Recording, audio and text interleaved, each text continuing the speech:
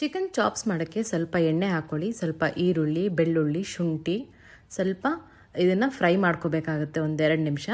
ಖಾರಕ್ಕೆ ತಕ್ಕಂಗೆ ಹಸಿಮೆಣಸಿನ್ಕಾಯಿ, ಸ್ವಲ್ಪ ಪುದೀನ, ಸ್ವಲ್ಪ ಕೊತ್ತಂಬರಿ ಸೊಪ್ಪು ಹಾಕ್ಕೊಂಡು ಫ್ರೈ ಮಾಡ್ಕೊಳ್ಳಿ. ಇದಕ್ಕೇನೆ ಸ್ವಲ್ಪ ಕಾಳು ಮೆಣಸು, ಚಕ್ಕೆ ಲವಂಗ ಪುಡಿ ಮತ್ತು ಧನಿಯಾ ಪುಡಿ ಹಾಕ್ಕೊಂಡು 1-2 ಸೆಕೆಂಡ್ ಫ್ರೈ ಮಾಡಿ ಇದನ್ನು ಸ್ವಲ್ಪ ನೀರು ಹಾಕ್ಕೊಂಡು ಚೆನ್ನಾಗಿ ಫೈನ್ ಪೇಸ್ಟ್ ಮಾಡ್ಕೋಬೇಕಾಗುತ್ತೆ.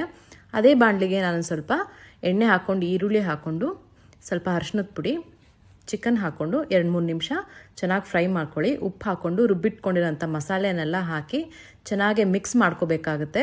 ಇದು ಕ್ವಿಕ್ಕಾಗುತ್ತೆ, ದೋಸೆಗೆ ಚಪಾತಿಗೆ ತುಂಬ ಚೆನ್ನಾಗಿರುತ್ತೆ, ಈವನ್ ಇಡ್ಲಿಗೂ ಮತ್ತು ಮುದ್ದೆಗೂ ಚೆನ್ನಾಗಿರುತ್ತೆ. ಸ್ವಲ್ಪ ನೀರು ಅಡ್ಜಸ್ಟ್ ಮಾಡಿಬಿಟ್ಟು ಮತ್ತೆ ಸ್ವಲ್ಪ ಪುದೀನ ಮತ್ತು ಕೊತ್ತಂಬರಿ ಸೊಪ್ಪು ಹಾಕಿ ಒಂದೇ ವಿಷಲ್ ಕೂಗಿಸ್ಕೊಳ್ಳಿ. ಕ್ವಿಕ್ಕಾಗುತ್ತೆ.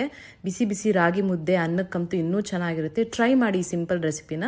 ಮತ್ತು ಫ್ಲೇಮ್ನ ಆನ್ ಮಾಡಿಕೊಂಡು 1-2-3 ನಿಮಿಷ ಚೆನ್ನಾಗಿ ಕುದಿಸ್ಕೊಳ್ಳಿ. ನಿಮಗೆ ಗ್ರೇವಿ